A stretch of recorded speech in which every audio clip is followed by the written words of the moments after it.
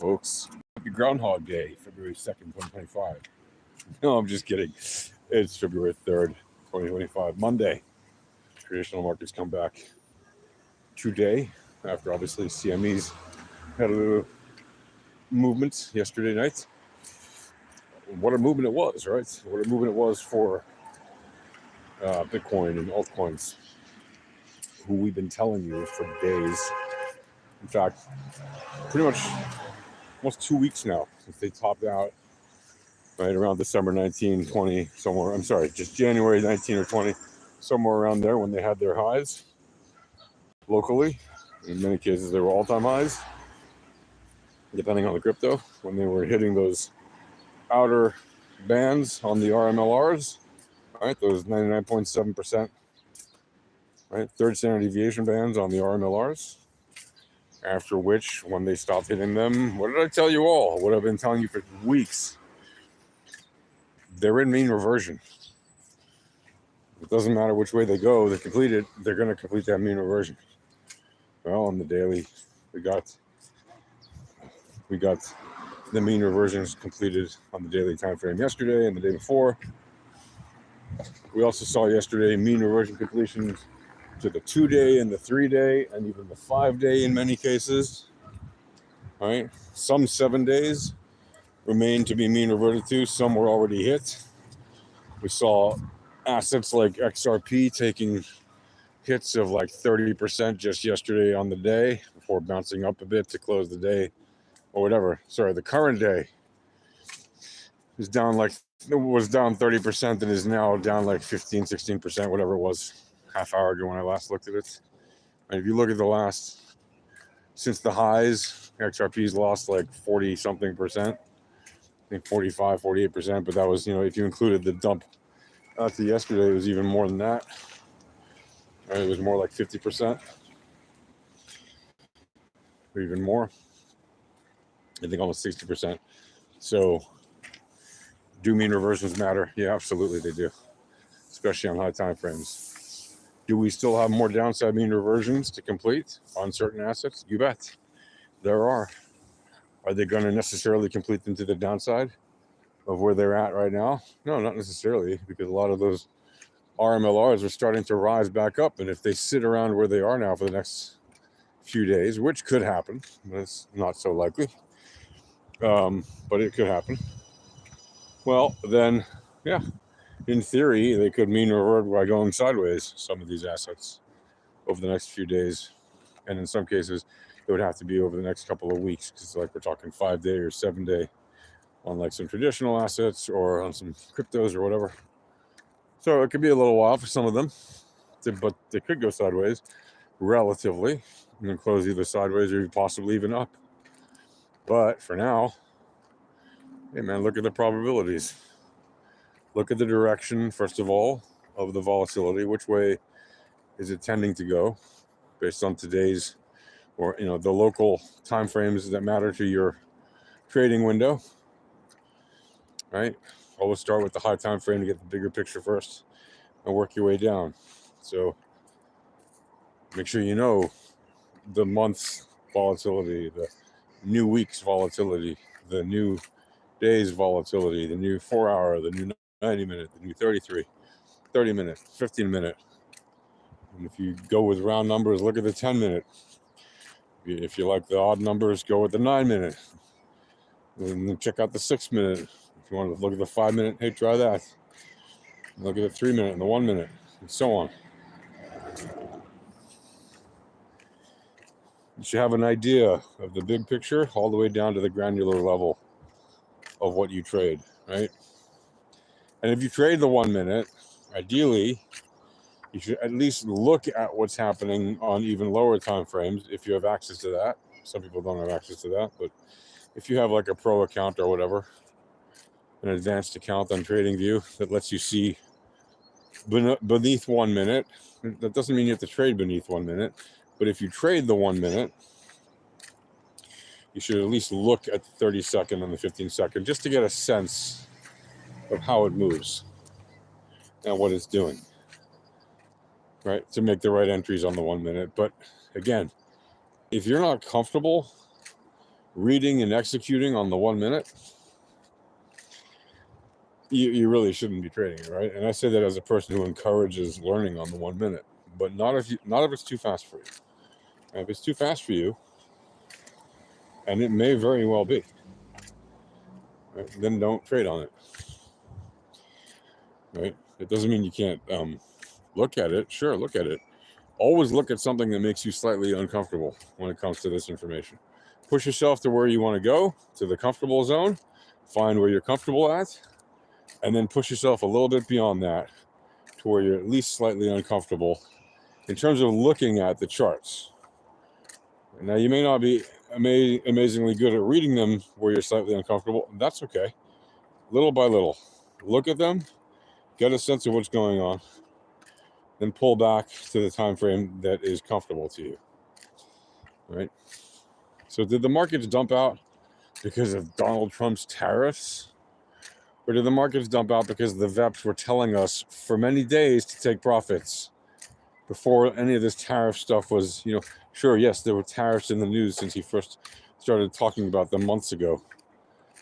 But is that the reason that the markets dumped out now in late January and early February? No, it's not.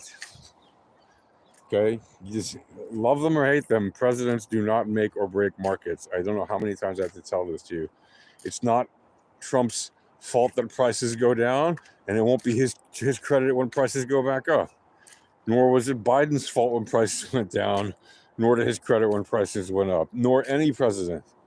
Presidents do not make or break the market with the signing of a piece of paper, okay? Yes, they can cause, quote-unquote, panic among the clueless idiots who don't understand what it means. They can cause headlines in the news, which set off alarm bells for people who don't understand how the markets work. And that's fine. But if you understand how markets work, news does not bother you. It is a joke. It is funny, right? More than $2 billion got liquidated in crypto, and nothing to do with tariffs. That was yesterday. What happened? The VEPs, people took profits. We could see it, right? People were just taking profits. That's all. And shorts were piling on like crazy, right? Well, I hope you're not shorting the bottoms, right? You're supposed to be longing bottoms and shorting tops.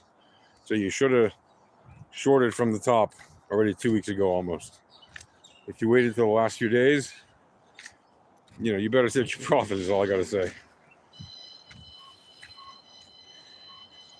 So, I don't know what that says right there. Degree. It's daylight. It is daylight here, yes. Hello. Hello. Hello. Hi. Happy dogs. I like getting greeted by happy dogs. Yeah, by the way, a nice starshine, soul shine moment. With a nice earthen berm here. A berm. When was the last time you saw a berm? Well, there's one right there for you. Where the glorious sun shines down upon it behind that veil of fog. So, anyway, yes, it's not the tariffs that have caused the markets to take profits. It's the VEPs, okay? Now, yes, retail traders, for the most part, are not even aware of the VEPs, but retail traders are only about 20% of the market. Yes, they're a critical 20% because they're the 20% that provide continual liquidity to the market. But the 80% of the market are orders run by high-frequency trading firms. Okay. Those are the massive bots, the massive algorithms, right? It's the same thing. Those are the, right, algorithms are run, when people talk about algorithms in computer land, they're talking about programmatic algorithms, which run automatically because people have built a quote unquote bot, which is a robot, right, to execute the actions based on the information obtained from the algorithm, right, or algorithms. So the bots run the orders on the markets, the vast overwhelming majority of them. For these HFT firms, they run their orders, which is millions of orders per second, right? And their trades last 0.2 seconds on average, right? Because that's enough for them to move the market as they want. It's probably even lower now because the bigger the bags get over time, right, the more they could put on the position size and the less time they need to be in the market to make that trade, right? So they could, in theory, be in a trade instead of 0.1 second or 0.2 seconds, like as they might have been like 5 years ago. You know, for all you know, they might be down to 0.1 seconds now because they're able to move that market enough, given their capital bag. But it doesn't really matter, 0.1 seconds, 0.2 seconds. The point is you're not going to beat them, right? You're not going to beat the speed with which they trade. And so instead of trying to beat them at the speed with which they trade, just use the same information that they use on time frames that you can trade, where you're just picking up the big chunks of meat and breadcrumbs that they're leaving behind. Right? It's really that simple. They're not trying to, they're not targeting VEPS traders the same way they're targeting retail Voodoo TA traders. Do you know why? A smart VEPS trader won't even get on their radar, really. You'll get on their radar at the exchanges where you trade because you'll be consistently winning if you trade the VEPS correctly and consistently, right? If you're doing that, you'll be on their radar no matter what. And they will have meetings about you.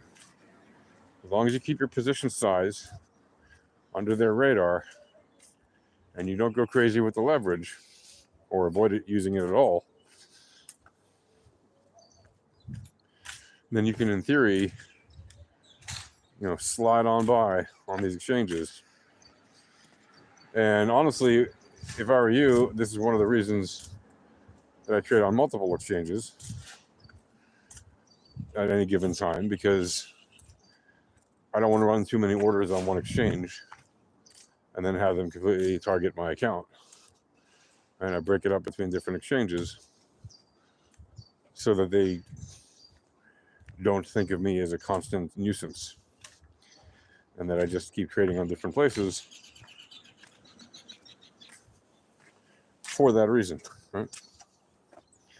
I find that to be very helpful. It's a very good way to stay under their radar, so to speak. And that is very useful when you are trading on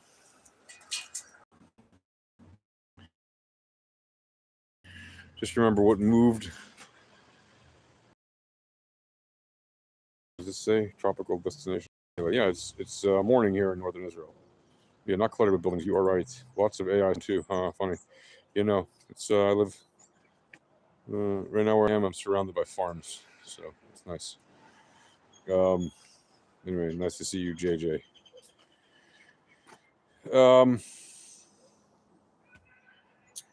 And yeah, not a tropical destination. There is an area of Israel that is a tropical destination. That's the south end of Israel. I used to live there. The city of Eilat is the northernmost tropical city. Also Aqaba next to it. They are the northernmost. There are two of the northernmost tropical cities, like the very northern end of the tropics. But the rest of Israel is not the tropics. And I lived in the north, so definitely not the tropics. It's more like some not so cold places in Europe. Even our mountains, which do get snow, right, our highest mountains do get snow, usually every year, but not a huge amount, right? But enough to ski on and stuff. Anyway, See you guys later. Happy trading. And alphatradinghq.com/discord, or just go to alphatradinghq.com for more information about our trading community, to join the Discord, which is free, and to get all that stuff. See you guys. Happy trading.